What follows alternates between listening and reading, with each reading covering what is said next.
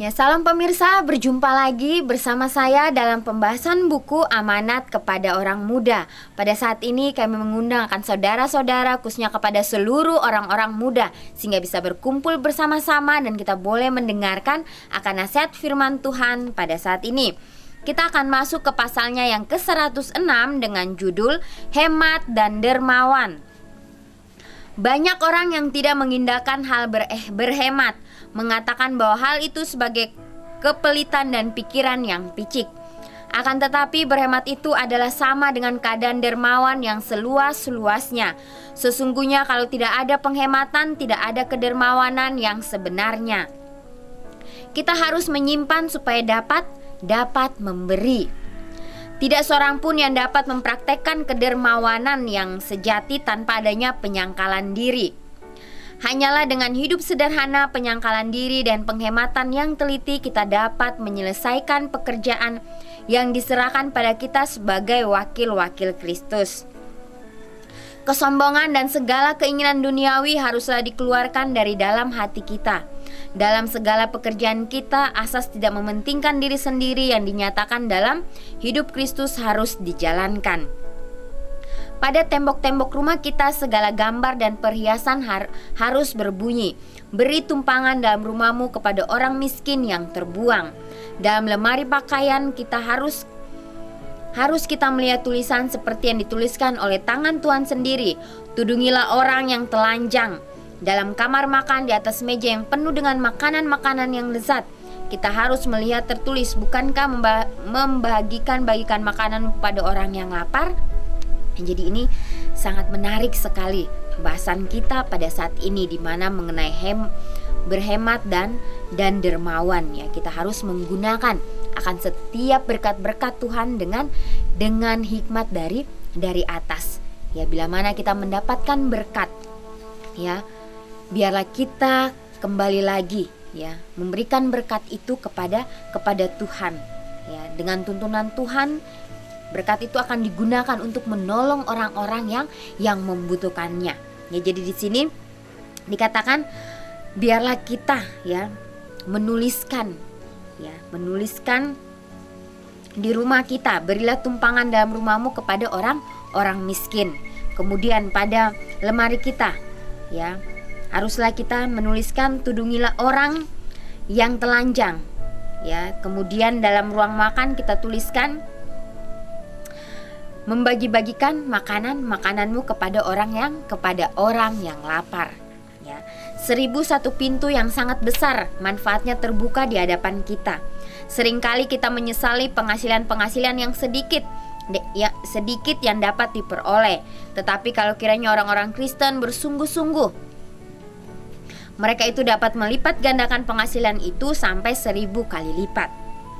Adalah kekikiran, penurutan akan kemauan diri sendiri yang menghalang-halangi jalan kita kepada hal yang bermanfaat bagi kita. Berapa banyak uang dibelanjakan buat perkara-perkara yang sebetulnya merupakan berhala, yaitu perkara-perkara yang menyerap pikiran dan waktu dan tenaga yang seharusnya digunakan untuk keperluan yang lebih tinggi. Betapa banyak uang diboroskan atas biaya rumah dan perkakas-perkakas yang mahal-mahal, kepelisiran yang menyenangkan diri sendiri, makanan yang mewah dan kurang sehat, dan segala kemanjaan-kemanjaan yang mendatangkan penyakit. Berapa banyak uang yang dibelanjakan dengan percuma atas hadiah-hadiah yang tidak memberikan faedah kepada siapapun. Untuk perkara-perkara yang tidak perlu seringkali mendatangkan celaka pula. Orang-orang yang mengaku dirinya Kristen sekarang mengeluarkan berkali-kali lebih banyak uang daripada yang dibelanjakan oleh mereka itu dalam usaha menyelamatkan jiwa-jiwa dari tangan penggoda. Banyak orang yang mengaku dirinya orang Kristen mengeluarkan begitu banyak uang buat pakaian sehingga mereka tidak dapat lagi memberi untuk orang-orang lain yang berkekurangan. Perhiasan-perhiasan yang mahal-mahal dan pakaian yang tinggi harganya, menurut pikiran mereka harus mereka miliki.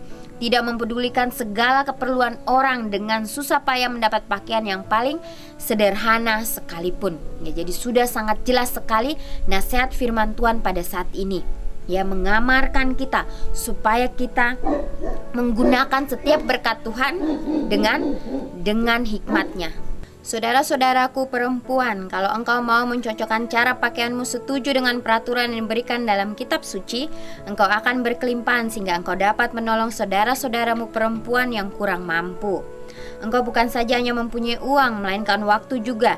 Seringkali ini pun amat perlu. Banyak orang yang dapat engkau tolong dengan nasihat-nasihat, kebijaksanaan, dan kepandaian. Tunjukkanlah kepada mereka itu bagaimana berpakaian dengan sederhana tetapi tampak cantik. Banyak kaum wanita tidak datang dalam rumah sembahyang karena pakaiannya yang tidak baik potongannya dan tidak pas dan sangat menyolok dibandingkan dengan pakaian orang lain. Banyak orang yang berperasaan halus merasa dirinya hina sekali dan kurang mendapat keadilan oleh sebab perbedaan yang menyolok ini.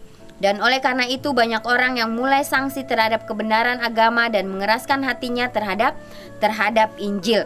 Ya, jadi kita sebagai perempuan diamarkan bila mana kita menggunakan akan pakaian kita, baiklah kita gunakan itu dengan pakaian yang sederhana dan sopan.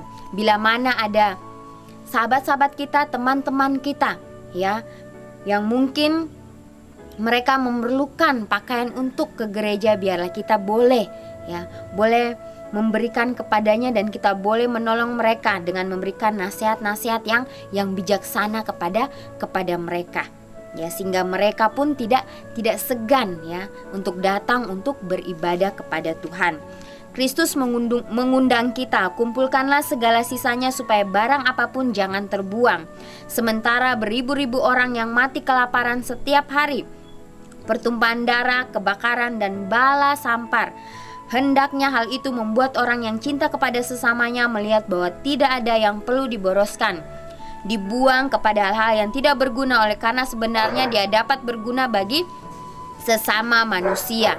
Jadi pada saat ini Kristus mengundang kita supaya kita betul-betul menggunakan segala hikmat kita, hikmat yang dari Tuhan. Kita gunakan itu untuk menolong orang-orang lain. Pada saat Yesus memberi makan 5.000 orang, di situ Yesus menyuruh murid-muridnya untuk mengumpulkan sisa-sisa makanan, dan itu mereka dapatkan 12 bakul. Jadi tidak ada yang terbuang, sedikit pun tidak. Adalah salah memboroskan waktu kita, salah pula memboroskan pikiran kita. Jadi waktu kita jangan sampai kita sia-siakan. Pada saat pikiran kita lengah, ingat bahwa setan selalu memantau kita. Dia akan masuk di celah yang paling terkecil untuk mengelabui kita. Untuk itu biarlah kita menggunakan pikiran kita untuk memikirkan hal-hal yang baik, memikirkan hal-hal surgawi. Kita kehilangan tiap-tiap waktu yang kita gunakan untuk mencari kepentingan diri sendiri. Kalau tiap-tiap detik dihargakan dan digunakan dengan betul, kita harus mempunyai waktu buat segala sesuatu yang perlu bagi kita sendiri ataupun buat dunia. Dalam pengeluaran uang, dalam cara menggunakan waktu, kekuatan, segala pembangunan kembali dan segala apapun yang kita lakukan, biarlah kita lakukan itu sesuai dengan kehendak Tuhan. Jadi segala kesempatan biarlah tiap-tiap orang Kristen memandang kepada pimpinan, kepada pimpinan Tuhan. Jikalau kiranya kepada barang seorang di antara kamu kurang akal budi, hendaklah dipohonkannya kepada Tuhan yang mengaruniakan kepada segala manusia dengan murahnya dan dengan tidak membangkit-bangkitkan. Niscaya itu akan dikaruniakan juga kepadanya. Jadi di sini Tuhan mengundang masing-masing kita.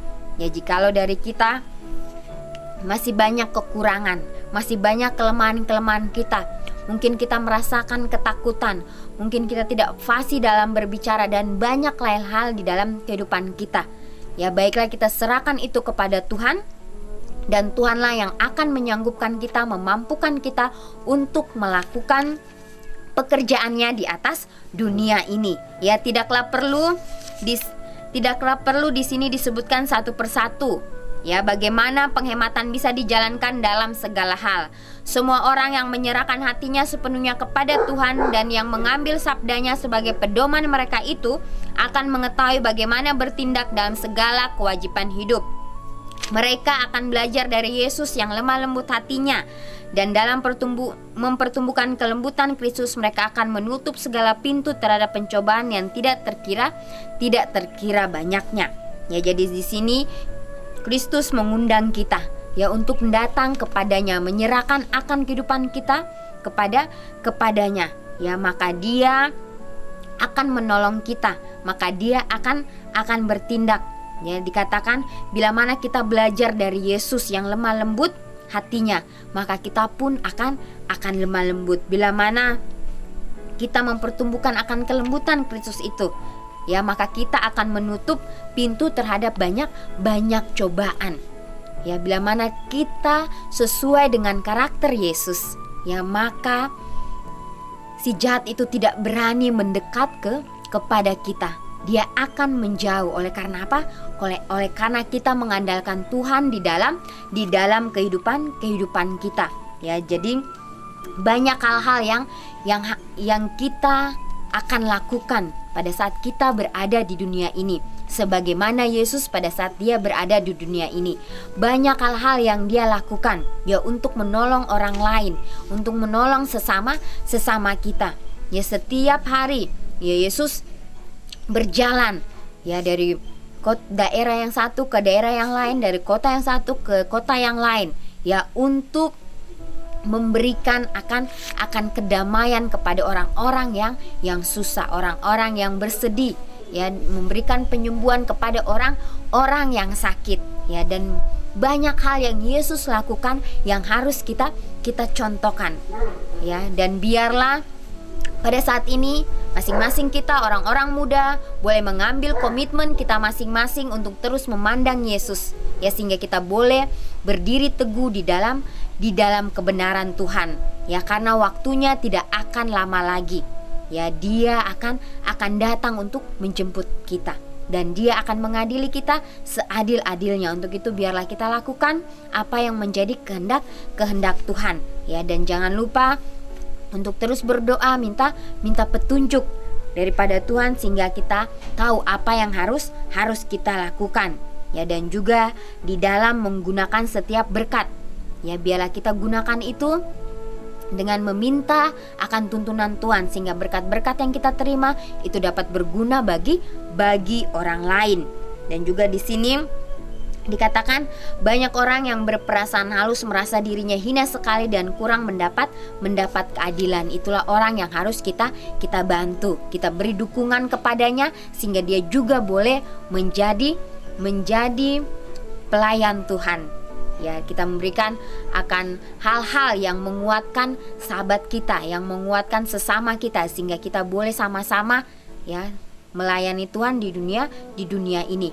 Biarlah pelajaran ini boleh menjadi berkat bagi masing-masing kita, dan biarlah kita boleh tetap setia kepada Tuhan dan kita layak untuk menjadi tentara-tentara Kristus di zaman akhir ini. Ya, inilah pembahasan amal kepada orang muda. Biarlah ini akan menjadi bagian masing-masing kita dan kita boleh menjadi berkat dimanapun kita berada. Kita akan berjumpa di kesempatan yang berikutnya. Tuhan memberkati.